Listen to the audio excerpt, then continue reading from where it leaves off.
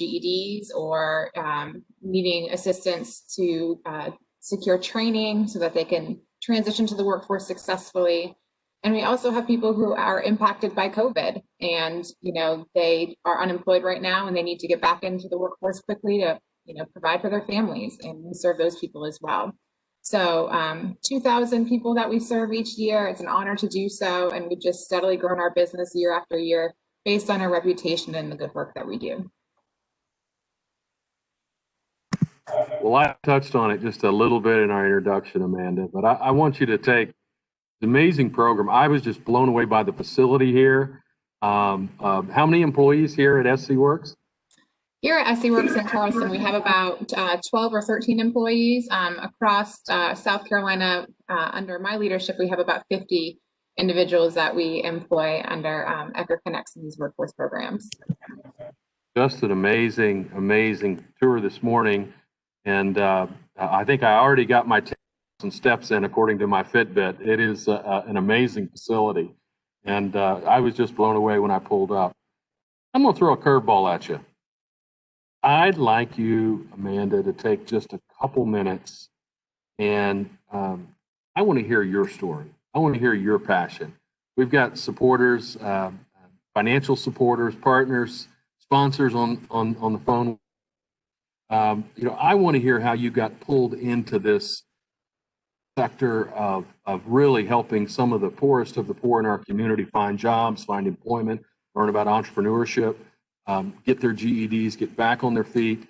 As I like to say, break the cycle of poverty. Talk to me about your passion. What got you in this area? Yeah, absolutely. And I think probably like many of the Eckerd employees on this call, I consider myself an accidental practitioner. I sometimes wonder myself how I fell into this field and have stuck with it for 10 years, but it's certainly a blessing. And I'm so happy that I found my passion and my purpose in workforce development.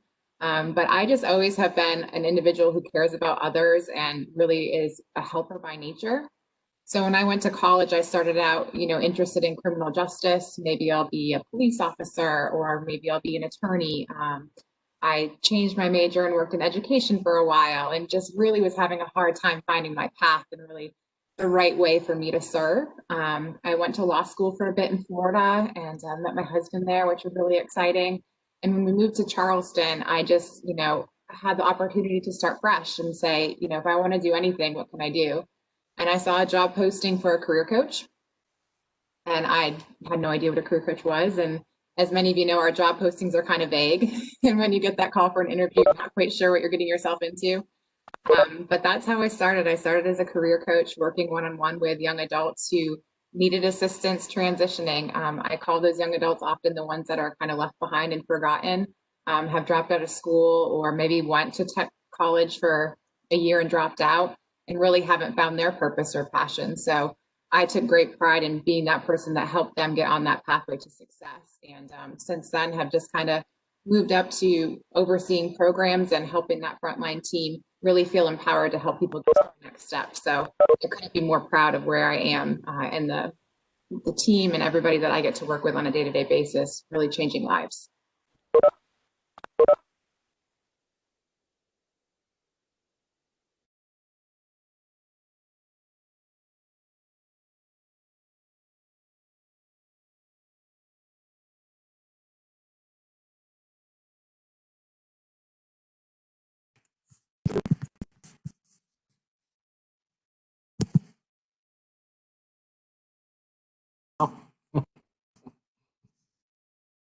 Very good. Well, the other thing that jumped out at me this morning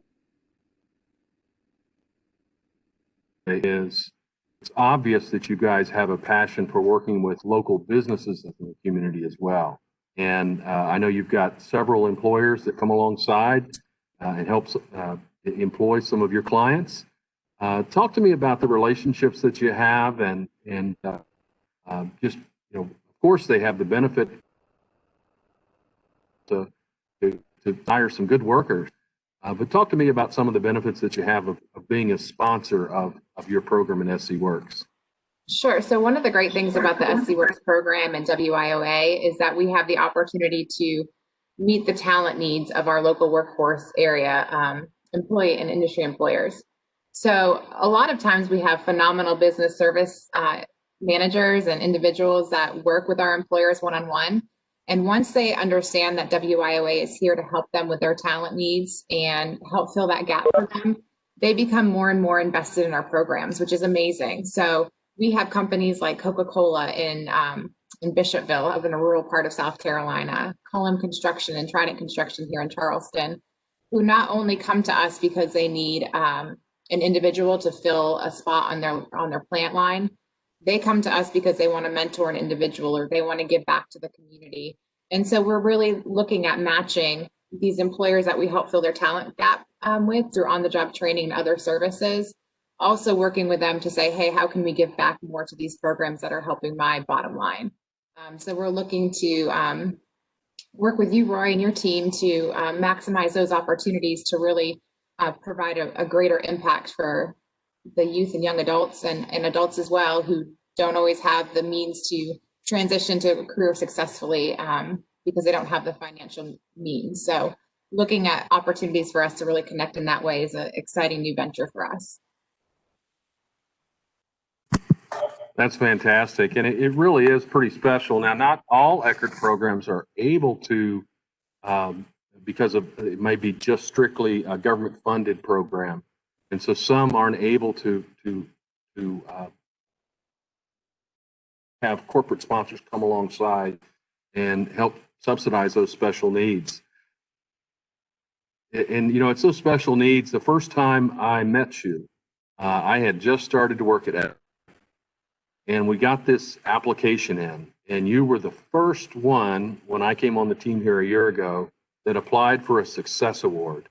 And I read this story of this young lady, Brandy, and I sat at my desk and cried. I said, I am at the right place.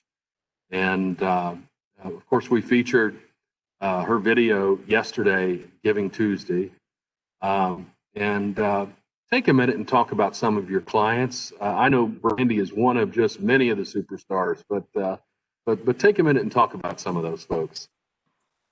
Yeah, and one thing that our team does so well is really getting to know the background and the barriers that our participants have, because if we don't address those things, they may gain employment, but really looking at retaining employment becomes a real struggle. So I'm just so proud of our career coach team to develop such a rapport with our participants that they trust them to tell these stories. So Brandy is a great example of one of those stories and relationships that she's developed with her career coach, Pam.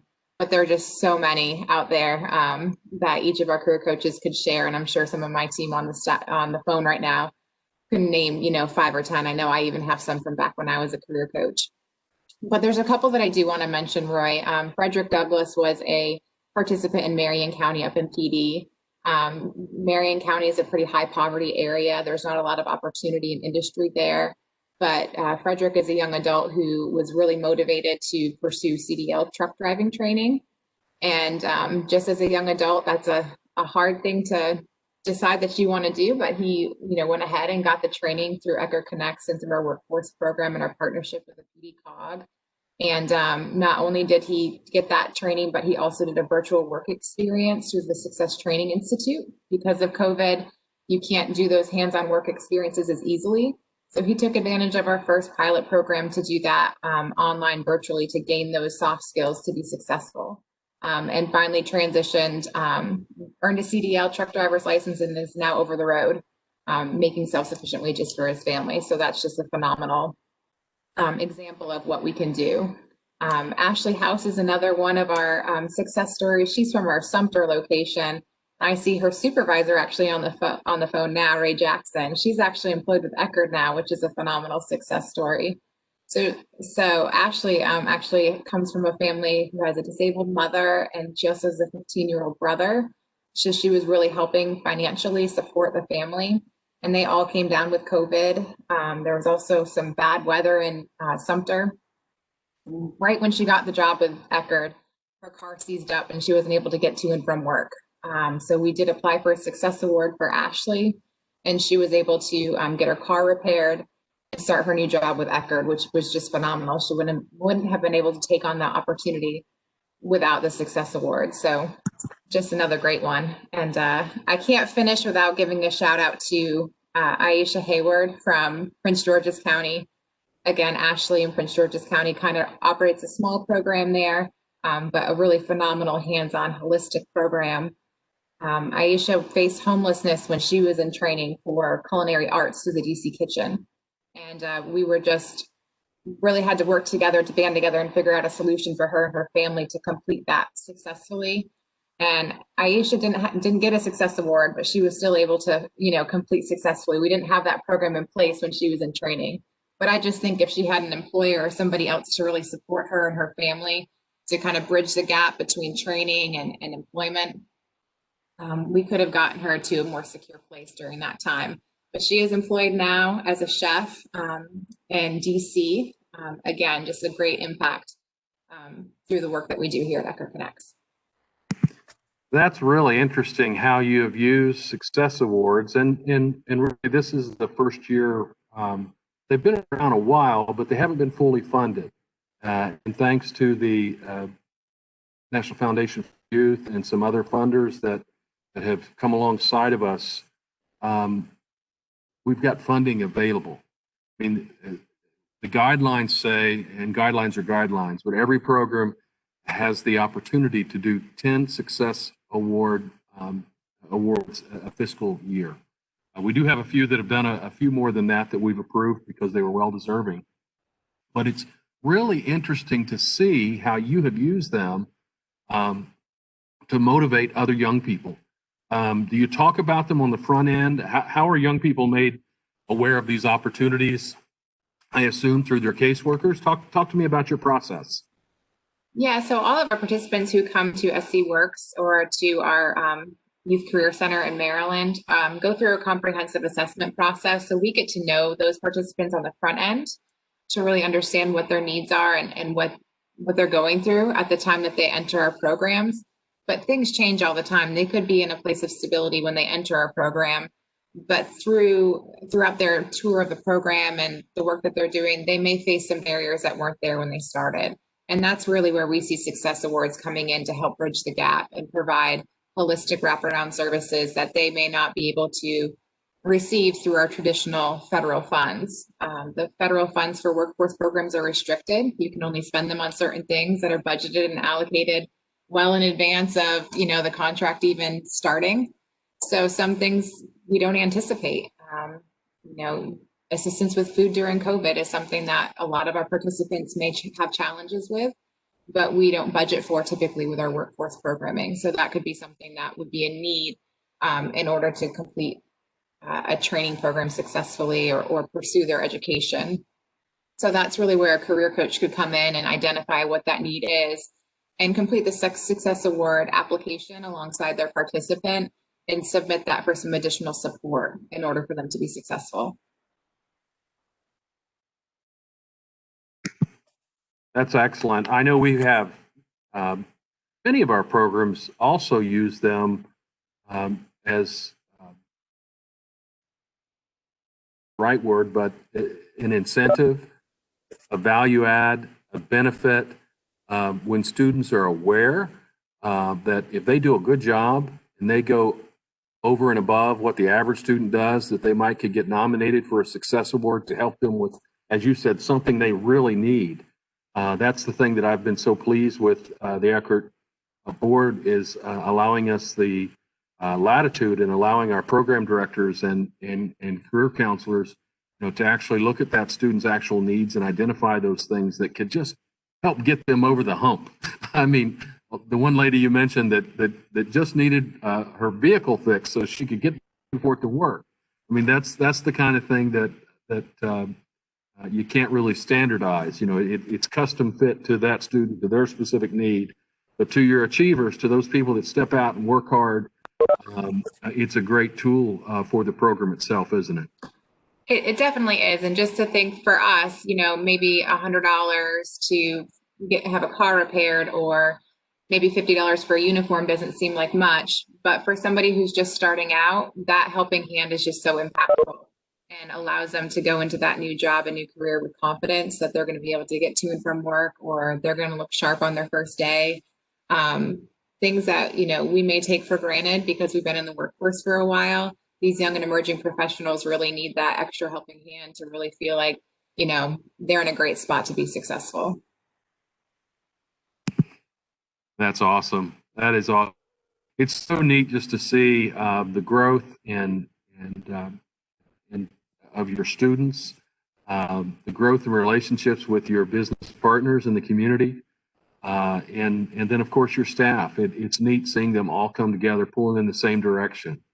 Talk to me about some of your program goals, and I know you've got different goals for what's going on in South Carolina from what's going on in Maryland, so you can break them up however you want. But talk to me about some of those goals, especially in context of what we've gone through with the pandemic this year, how that's impacted you, and some of the adjustments that you've made. Yeah, well, I'm going to throw some of my managers on the call for a loop a little bit, because when I talk to them, we talk about the federal performance measures, so credential attainment, measurable skills gain, which is measuring progress throughout participants' journey in the program, and of course, employment and placement. So when I'm talking to them, it's talking about those contractual goals to make sure we can retain our contracts. But ultimately, what that comes down to is caring about people.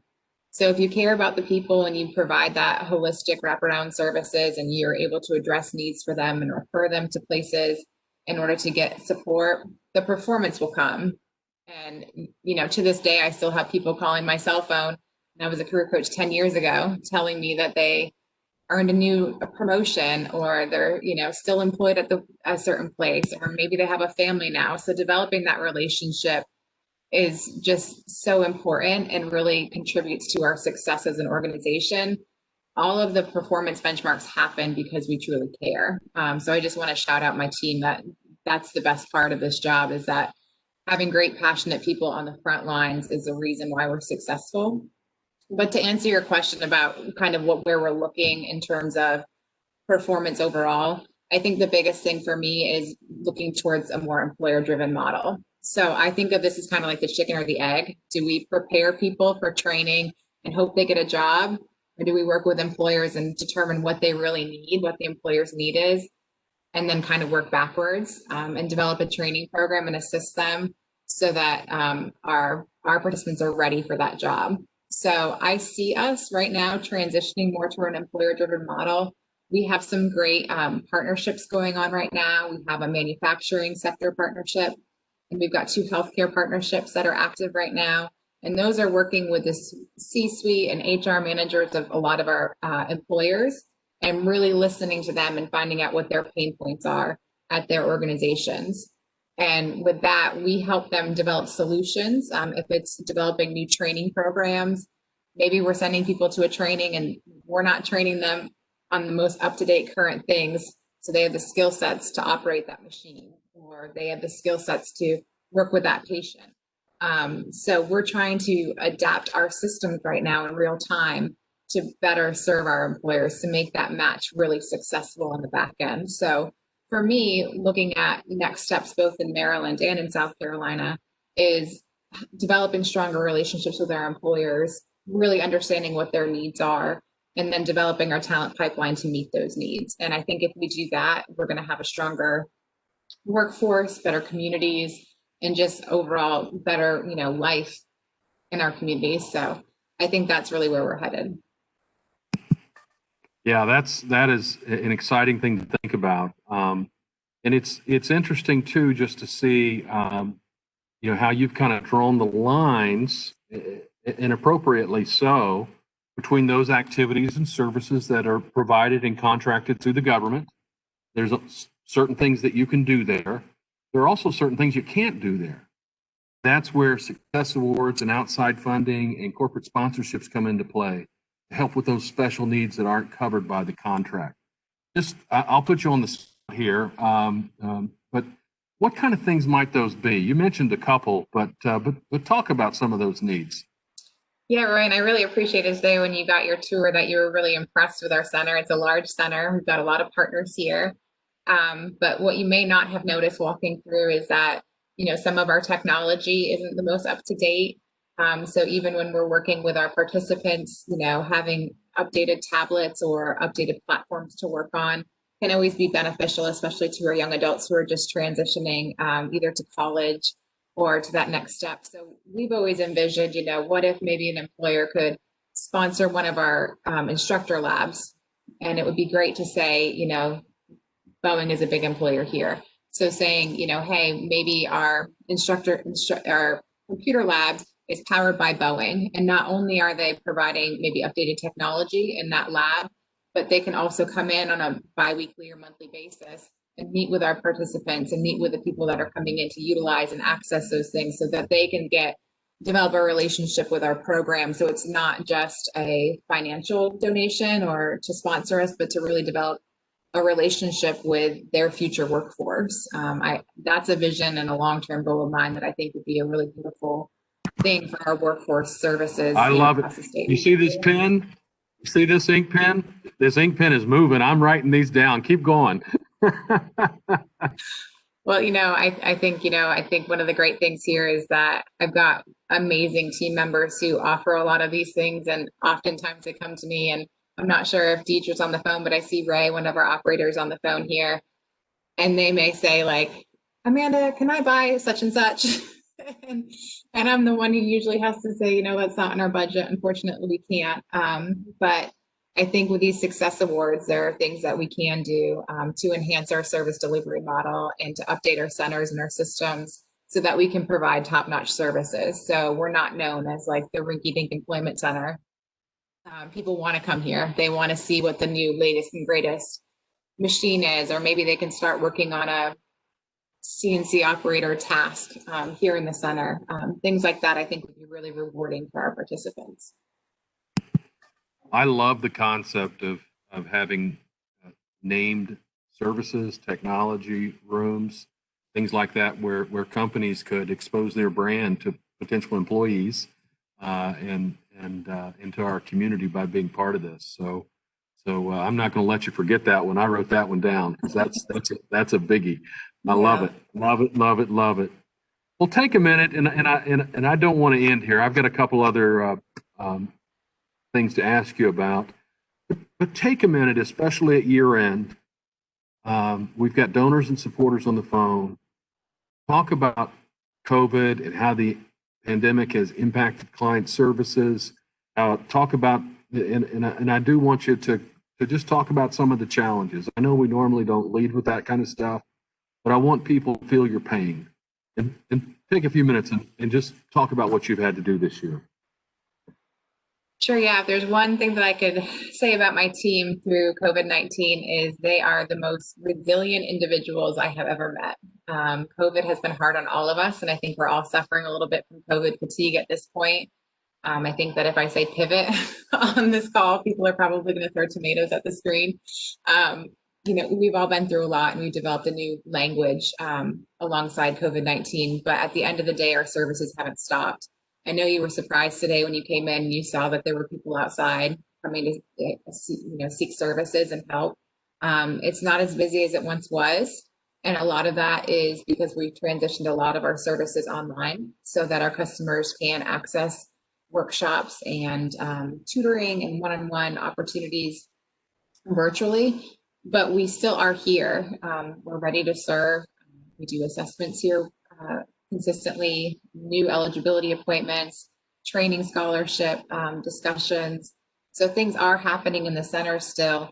And we can't forget that our staff still have things going on at home. So you've got kids that are doing virtual school, and you've got to kind of figure out what you're going to do with your children while you're here at work. And, there's different things with health issues and all of those things that we have to think about on our staff level as well. But the services haven't stopped, and really the need has enhanced in some ways, not necessarily increasing the volume of participants we serve, but the needs of the participants have increased. So needing gas assistance to get somewhere, if there's an issue with food security, or there's issues with being able to get to work because the bus route is operating on a different schedule. All of those things are tangible things that our participants experience on a day-to-day basis that we may not realize. I would have no idea that the bus isn't stopping at my route in order for me to get to work. But that's something that one of our participants may face. So again, with a success award, would it be helpful to get somebody a scooter or some kind of motorized vehicle to help them get to and from work so that they can get there on time? All of those things are happening behind the scenes, and our career coaches know exactly what's going on and how we can help our students and be creative. It's not always easy, but they're always got the wheels turning, figuring out how they can make it happen. So super proud of our career coaches for just being resilient and enduring these hard times, and still meeting performance above and beyond, even despite COVID. Well, I am convinced, and I've told my team often, COVID is not going to be here, and we're turning the corner now. Of course, I know even in South Carolina, you're facing a spike right now, and I just want to encourage you to hang in there. It is always darkest before the dawn, and it's pretty dark right now. But I truly believe as we move into the next year, vaccines become available, things are going to change pretty dramatically and pretty fast. And it's great to know your team is up and running and in here most every day and helping people every day. Take a minute, and if you could, how has this virtual technology, what we're using today, how has that helped you over the last 6 or 8 months? Are you doing much client development through that? Talk to me about how you've used technology. And I know sometimes clients don't have access to the technology, and that's another piece that Success Awards can help us with. But take a minute and talk about how you've used technology. Sure. Yeah. One of the great things that Eckerd did as soon as we learned that we would be closing centers even temporarily was, what can we do? How can we respond, and how can we respond quickly?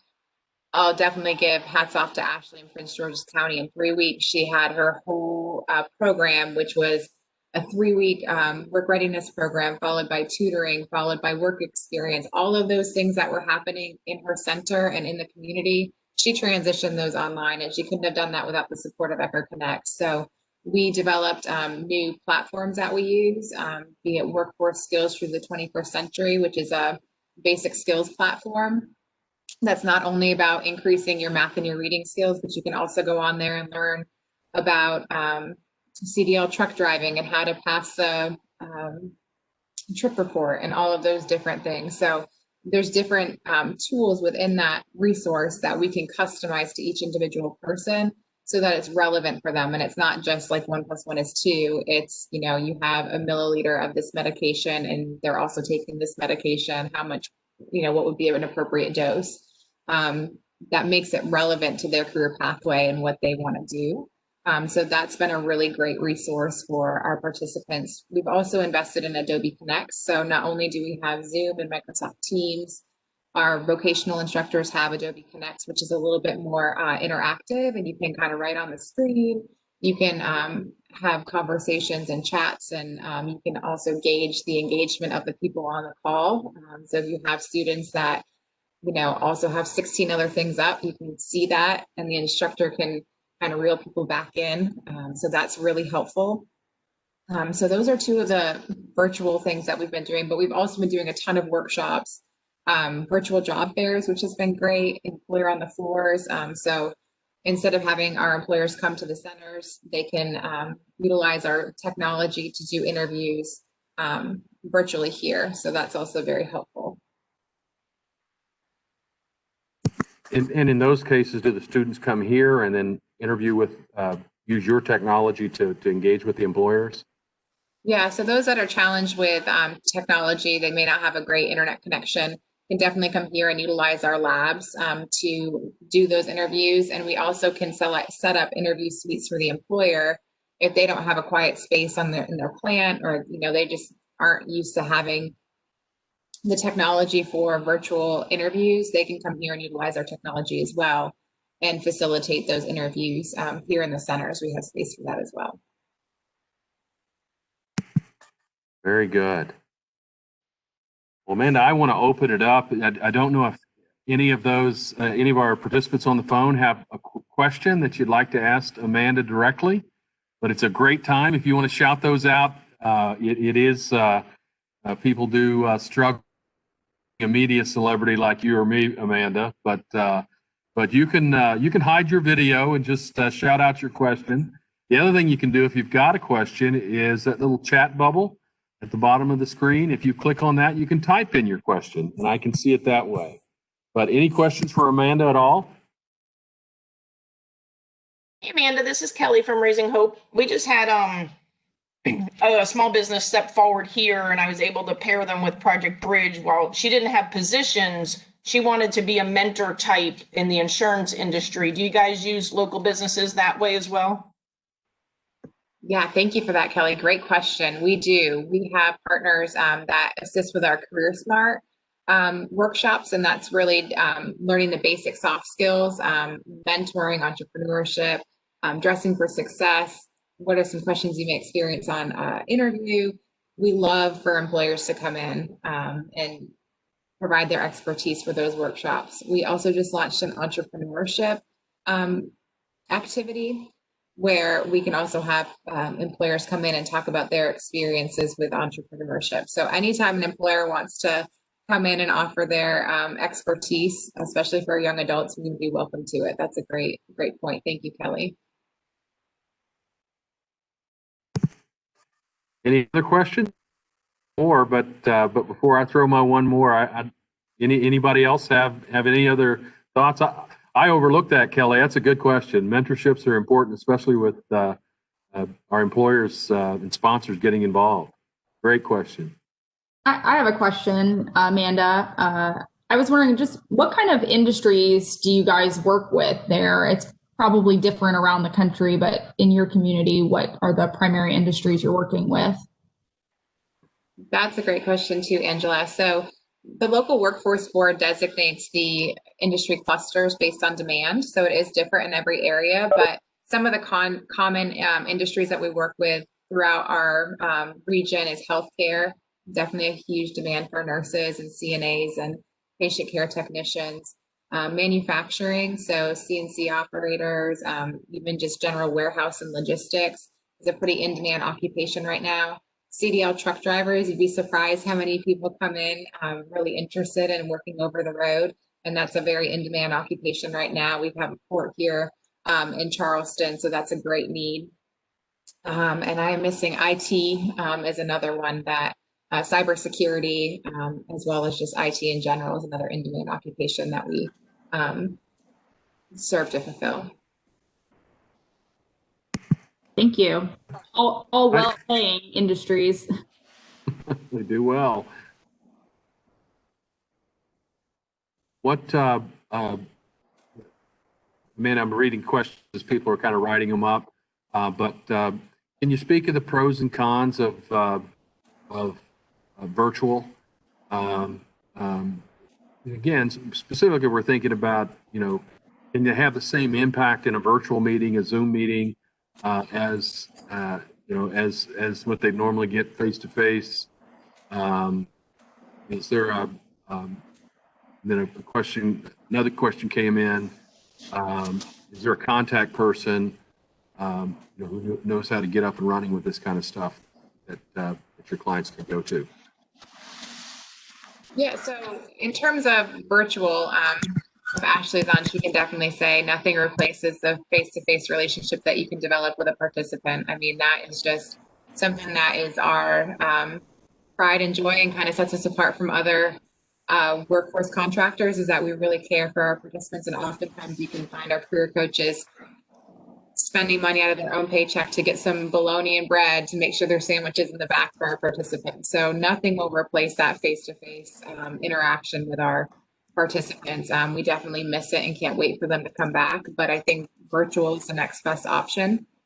I'm looking at the chat right now and see the question about virtual work experience. So that is definitely another differentiator that Eckerd has embraced. And essentially a virtual work experience is working with a company that serves as the employer.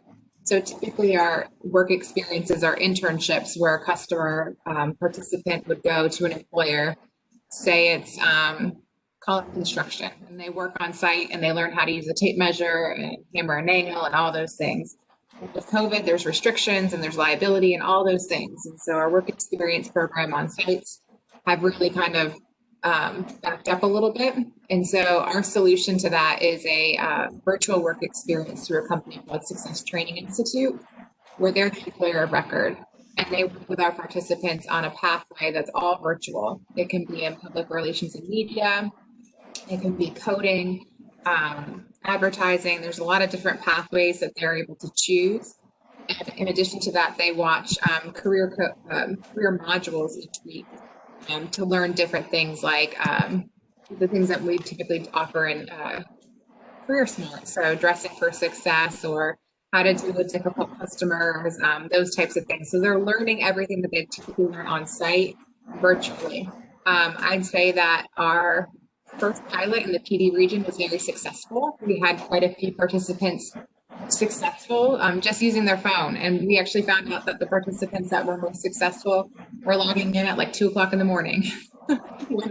Typically, you know, our employers and we're fast asleep, but that was a great time for them to learn and transition successfully afterwards to employment. So I think that the pro is they can access those same skills at any time, times that we're typically not open.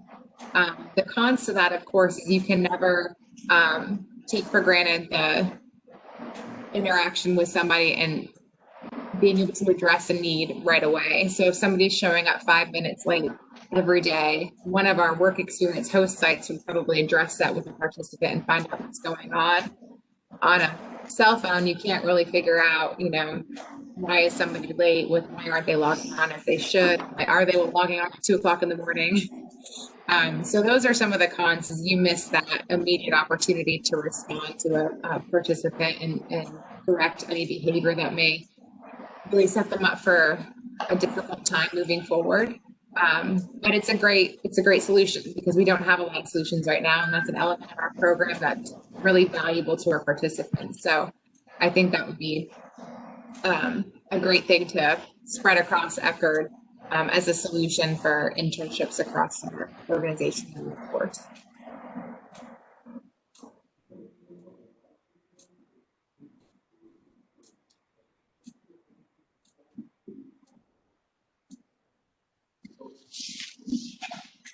Yeah, so through STI and the work experience program, they do get certificates that they can put on their resume. It may be just a certificate in critical thinking or adapting to change or something like that. And so it's not always something that would be a credential that would be like a hard skill. But they do get soft skills certificates that they are definitely resume enhancers.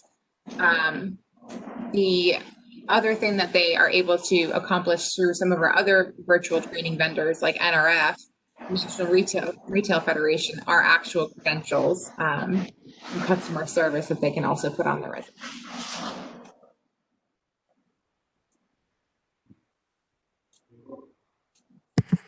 Having a little bit of audio problems. We got most of that, but it's but the point is there are. Say that one more time, Amanda. Yes, there are some skill building opportunities that they can receive certificates for that they can put on their resume, and then there's also the credentials that they can earn through other virtual platforms like National Retail Federation and customer service. Good. And do you do GED programs that way too? Yep. So GED, we can receive that online as well as our online instruction for TABE, or basic skills assessments, or costless. Those have all transitioned to online platforms as well. Very good. Well, let me throw one last question at you. And this comes up, I had 5 or 6 donor visits in the last 10 days, and it comes up quite frequently now. Talk to me about the diversity of your clients, and you know, I know many of them are from underserved areas, probably a high minority population, but I know every program's different. Talk to me about that. Sure. So in order to qualify for workforce programs under the Workforce Innovation and Opportunity Act, especially for our youth programs, you have to have a barrier to employment. So most likely the participants who enter our programs are from high poverty backgrounds or high poverty places where there's not a lot of opportunity for self-sufficient employment. So those are people that really need our help right from the get-go because they're from disadvantaged, families and neighborhoods and things like that. But additional barriers that our participants have, specifically in the youth programs, could be young adults who have an offense on their record, maybe a pregnant or parenting youth, maybe in foster care, maybe runaway homeless, couch surfing. So they do have to have some sort of barrier to employment in order to qualify for our program. So we often call them the hardest to serve because they do come to us with those significant barriers that we have to work with them to overcome. Wow. You guys really become a lifeline to these kids, don't you? Definitely. Well, this has been fun. I have learned so much today. Paul, you have a question? Before you get off, I just want to comment. Amanda's a true rock star. She is somebody that when I think of the words innovator, resilient, well-educated, committed to her staff, and a model servant leader in this industry, it's just somebody I think of Amanda automatically. I worked with her from day one for her 10 years. And it's been a true pleasure. So before we get off, I wanted to make sure she got the kudos that she is due, because if we had a few more Amandas, our job would be a lot easier in this world. Oh, I love it. Thank you so much. I agree 10,000%. Special, amazing work that you're doing. It's just really special. Even Charlie Brown's excited about that, but so special. We appreciate your time. You really opened your heart, told us about your kids, told us about the program, all the people you're helping, and the types of things that sponsors could come along and help. We have a donor on the phone today. Can you take a minute and share with us your contact you? Yeah, absolutely. I'd love to talk to anybody and really brainstorm ways that we can partner together. So my email address with Eckerd is awagner@eckerd.org, and I'll put that in the chat. And my cell phone's 843-609-6990. So I'll add that to the chat as well. And again, would love to reach out to anybody who isn't quite sure how to help, but we can definitely brainstorm ways to do that together. So thank you for the opportunity. Wonderful job today. Thanks so much. I want to remind folks next Wednesday at our lunch and learn, we'll be talking with Ellen Stanley from our program in Kansas. Do a lot of care work there, and a lot of jobs there. It's going to be a special weeks. So please join us lunch and learn next week. I also want to thank those of you on the phone that helped us on Giving Tuesday. Yesterday, 71 orders. Game online, and actually the last couple of days, we're giving you 71 gifts. Gave $14,705 to Eckerd Connects. So I just want to thank everybody for what you're doing, standing with us, coming out and helping these kids that so need the help. Thank you, man, for being with us today, and we appreciate it. See everybody next week. Thanks, Roy. It's a pleasure.